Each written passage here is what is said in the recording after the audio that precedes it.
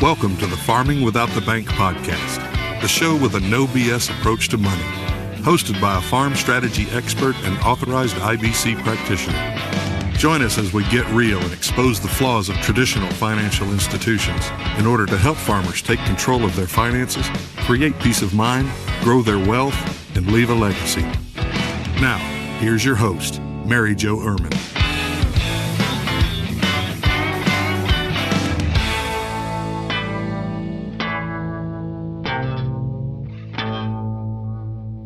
Hello, and welcome back to today's podcast. Thank you very much for being here.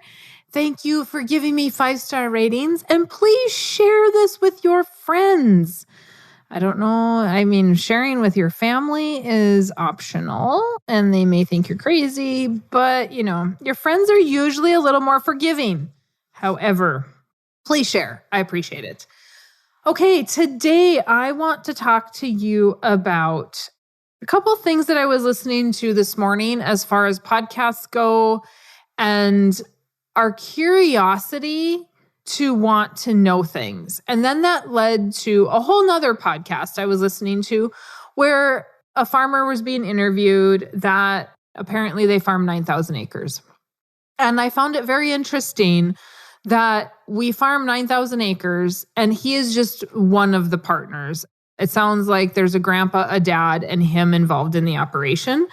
And I see this all the time. So it obviously brought up a point for me. But we have 9,000 acres and not involved in the tax portion of the operation. Because in his words, I don't really pay attention to that because we pay people for that. Okay, so you pay people to help you harvest, you pay people to plant and spray, and you have hired men. Do you pay attention to what they're doing, or do you just let them do whatever? Not knowing our taxes and hiring a so-called professional and not knowing anything about it is not okay with me. And I see this a lot when I am looking at people's numbers. And we just think that, they're taking care of it for us, so we don't need to know anything. Now, I would love to say that of my accountant as well. Well, he knows. He's been an IRS auditor he was an IRS auditor for 30 years. He knows all the tax rules. He knows what I need to be doing. But guess what? He doesn't share. I ask him questions. I am constantly looking at how can we be, utilizing the tax code better. Not necessarily getting rid of taxes, not necessarily finding things to deduct that aren't necessary to deduct. Obviously we want to take all of our deductions, but when do we lose our curiosity to ask those questions and pay attention to what is going on? Because the other podcast I was listening to, or it was actually a book I was listening to on audio, he was talking about curiosity and how we lose that. And the second that we start doing a lot of talking and stop asking questions, we've lost the desire to grow. And do we become so complacent in our farm operation that we just say, you know what, Mr. Attorney, you take care of that. You take care of that estate plan however you feel necessary. We're going to just trust that you know everything. You know what, Mr. Accountant? You tell me to go buy a tractor. You tell me to buy a piece of equipment because we're going to trust that you know everything. This same farmer in his interview said the biggest problem we had was in 2019 when commodity prices dropped and we had gotten so used to trading up equipment every year that now commodity prices dropped and we can't make those payments. And it's been very hard. Yes, because you trusted the accountant to tell you to go buy new equipment so you could depreciate it every year. The same reason that you are in trouble and you are not paying attention to the tax portion of it. You are not paying attention to ask those questions because we pay somebody to do that. What? I understand that in this situation, the guy is planting unique crops and he's having to pay attention to that. And they're having to find buyers because they're going direct to not direct to their consumer, but direct to the supplier. They are, in a group sending stuff overseas, whatever. They're not just growing corn, wheat, durum, barley, your typical cash crops. And so I understand that we have the work there, but I sure hope that dad is paying attention to taxes or grandpa's paying attention to what's happening with the tax rules and how that is changing. Even accountants don't pay attention to what's happening on the tax side of things because they themselves have lost curiosity. They stopped asking questions a long time ago of how can we better serve our clients. My own accountant, again, I have to ask these questions because I hear it in other places and he may not have heard of it. And I just shake my head. Needless to say, I don't know how long he's going to be my accountant. I mean, it seems like I change accountants like I change underwear. It's ridiculous. But I refuse to know more than my accountant. I am doing the work. I'm putting in the time, listening to podcasts, paying attention to what's going on, how that's going to affect me. And if my accountant is not doing that and he cannot figure out ways to help me, then why should I have that person? I don't stop asking questions of what's going on. I listen to what's going on in the egg industry. I may not be in 100%, I may not dive into something and go down a rabbit hole, but I am paying attention to what's going on because I need to know that. I need to be asking those questions, and I genuinely care to know that. It is amazing to me how many people do not genuinely care to know anything new. Why do we stop learning? That makes us old. We always need to have the beginner's mindset because curiosity is a driving factor to growing and challenging ourselves and getting better.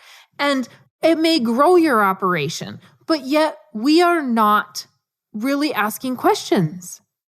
I want you to sit back and say, how many of these things have we handed over? Have we said we just trust our attorney to know?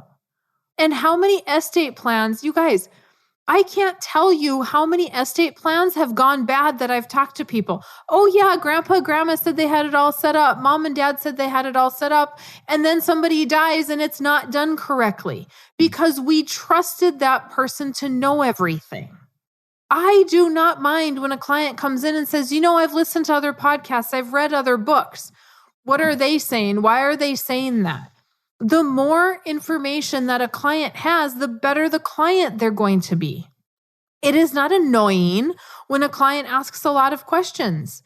If I've done my homework, I know the answers to those questions. We need to keep asking questions so that we are better, we are growing, our operation is better, our estate plan is the best. Why do we think that we can just hand it over to somebody else and they will take care of it? As a farmer and a rancher, you should still be going to any kind of conference in the egg industry to continually learn, to continually talk to other producers and see what they're doing. If you stop doing those things, it's because you've arrived and you think you know it all. If you quit learning, why? You're 60, that doesn't mean you get to stop. You're 70, that doesn't mean you get to stop. You still have a brain, you still have to think every day. You should still be feeding it with information. It blows me away that somebody that farms 9,000 acres doesn't know anything about taxes because they have somebody they pay to do that. AKA, I have a professional that I trust. I was in the P&C world before I was a life insurance agent, and I sold farm insurance and business insurance and auto insurance and all that stuff. Okay. There was a client that we had in that industry or in that world that he had insurance with my boss for years and years and years and years. And he was a builder in town. And when I took over the account, I said, well, why isn't this XYZ discount being applied to his insurance? Because if you belong to this association, the insurance company is giving you a discount. Oh, yeah, I never noticed that that wasn't applied. As soon as I applied that and the insured, it took like 10 grand off of his premium a year. His next step was to cancel all of his insurance with us because he was so upset with my boss because he was not paying attention. And the insured wasn't asking for a discount. And it was old eyes that were on that account forever because the person that had that account before me had worked there for, 15, 20 years, whatever. And so it automatically renews. We just automatically trust that whoever is looking at it is going to do a good job of looking at it. We don't think to be asking those questions because we trust that they're going to take care of us. Now, in no means was my boss trying to make more money. That is not the kind of person that he was. He is a wonderful man. He just wasn't looking at the account with fresh eyes. And are our attorneys going to continuing education? Are the accountants going to continuing education? Are they talking to their peers? Are they trying to learn something new all the time? If they're not, then we need to be asking them, are you doing these things? Because if you're not, why not? It's your job to be bringing fresh ideas. I am always going to conferences. Well, pre-COVID. I am going to conferences. I am talking to people. I am still talking to colleagues. How are you guys doing this? How is this working? What are you doing here? What are you doing there? I leave in a couple weeks to go hang out with some colleagues because that is where I get fresh ideas. And I don't like being stagnant. I don't like not having new things to talk about, new things to think about. I don't like being bored. And we have to do those things. If you aren't doing it with other producers and you're not going to farm conferences, if you're not going to local meetings, why not? You will always learn something from somebody. If you think you're going to be the smartest person in the room, you better find better people to hang out with because you never want to be the smartest person in the room. Don't stop being curious and make sure those around you that are the professionals don't stop being curious either.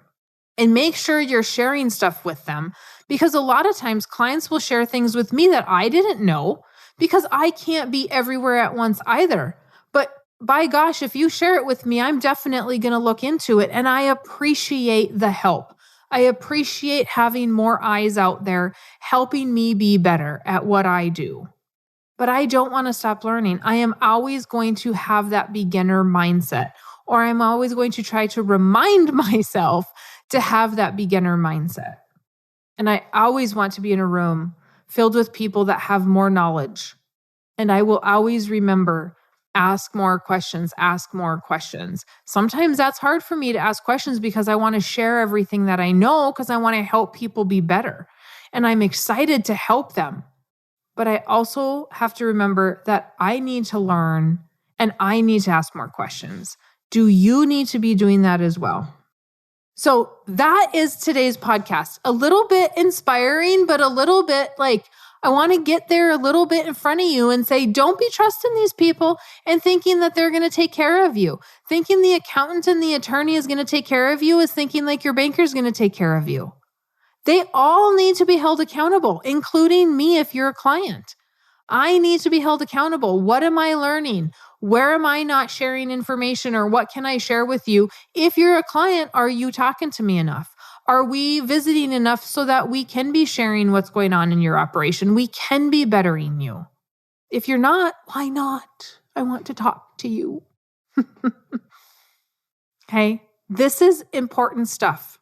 It may seem like it's a minor thing, but it's very important because as farmers and ranchers, we become very complacent very quickly because previous generations say that this is what we're supposed to do. And a lot of times we take that for granted. So pass this along. If you have somebody older that has become complacent, if you have an accountant and attorney, hold them accountable. Pass this podcast on to somebody that needs to be challenged. Because I dare them to challenge themselves, to start asking questions, be curious, start asking why. Why are we doing that? Why aren't we doing this? Why? We want to shut a child down because they ask why, but their curiosity is how they're learning. As an adult, we want to go, stop asking questions. For the love of God, I want 5 seconds of silence. Just stop asking why. And once we get them into school and they are trained to stop asking why because they get reprimanded for it, now we have a bunch of followers and we need leaders. Okay, I hope that helped. If you guys have questions, comments, concerns, as usual, please email me at maryjo@withoutthebank, and I am happy to answer those. Otherwise, go grab the book, Farming Without the Bank, and Nelson's Becoming Your Own Banker at farmingwithoutthebank.com. Until next week, you have a good one. Talk to you then. Thanks for listening to the Farming Without the Bank podcast. We hope today's episode has inspired you to take control of your finances in new ways. Don't forget to check out our website, farmingwithoutthebank.com, and engage with us on our Facebook page, Farming Without the Bank. Join us next week as we smash more financial myths and empower you to accomplish your financial goals.